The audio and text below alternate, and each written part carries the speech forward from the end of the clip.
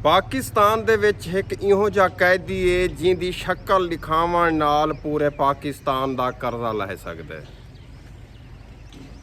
पाकिस्तान दे विच एक इहो जिहा कैदी है जिंदी तस्वीर अज तक ज़ाहिर नहीं थी, न ही ज़ाहिर कीती वेंदी पई है। पता नहीं क्या खतरात हैं।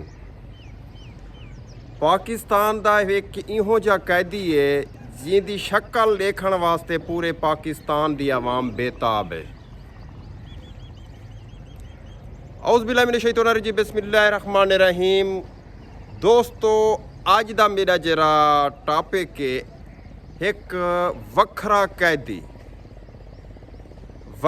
कैदी दे नां दा टॉपिक है। ई वीडियो दे विच अगर कोई दोस्त दी दिल आज़ारी थी वे तो मैं माजरत करे सा भी सही। मैं नहीं चाहता जो बे आया कि कोई मेरे दोस्त दी दिल आज़ारी थी वे मेरी तरफों, लेकिन जेरे हकायक हैं।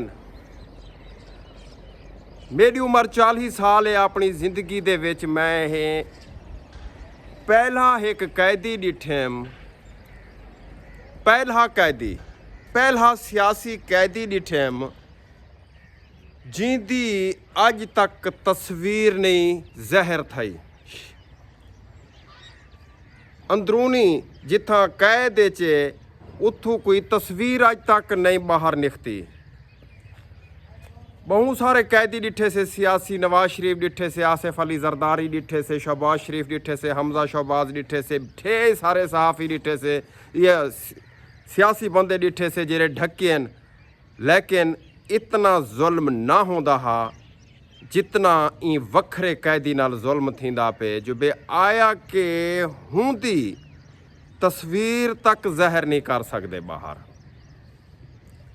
2 साल थे वाले कैदी को जिंदा ना है इमरान अहमद खान नियाजी।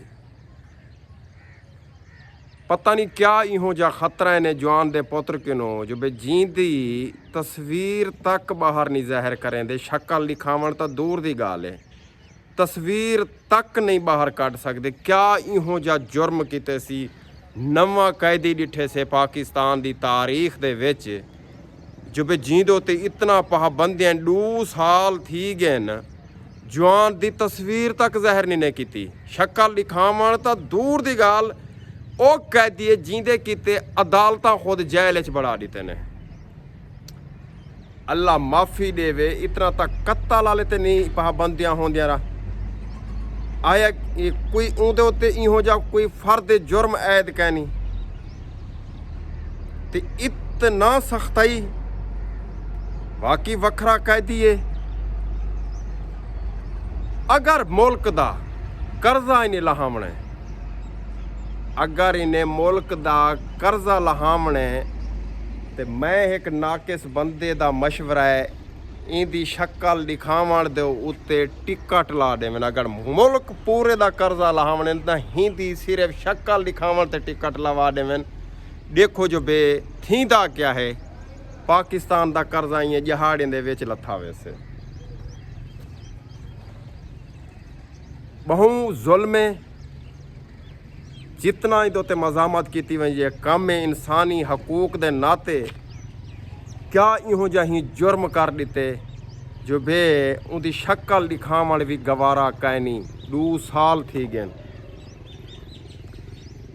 उन्हें को पता है अगर ये बाहर निकल दे तो इं मुक्का लहरें दे, इन्हें दी सारी इज्जत खाक च मिल वैसे।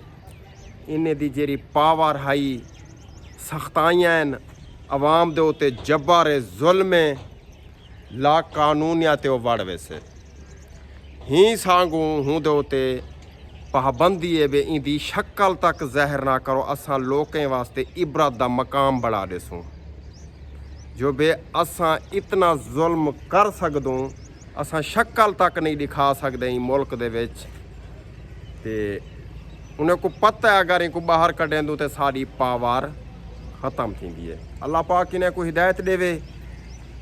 जुल्म इंसानी मुआशरे दे विच इतना अज तक इहो जा कोई कैद कैंसे डिठा जिंदी शक्ल तक ना दिखावन ते अदालत खुद अंदरों घिन वजन। अल्लाह पाक इन्हें को हिदायत देवे। अल्लाह पाक सारे पाकिस्तान दे उत्ते अपना करम फरमावे, गरीबें दे उत्ते करम फरमावे, मुल्क दा इन्हें सत्यानाश कर दिते। अल्लाह हाफ़िज़।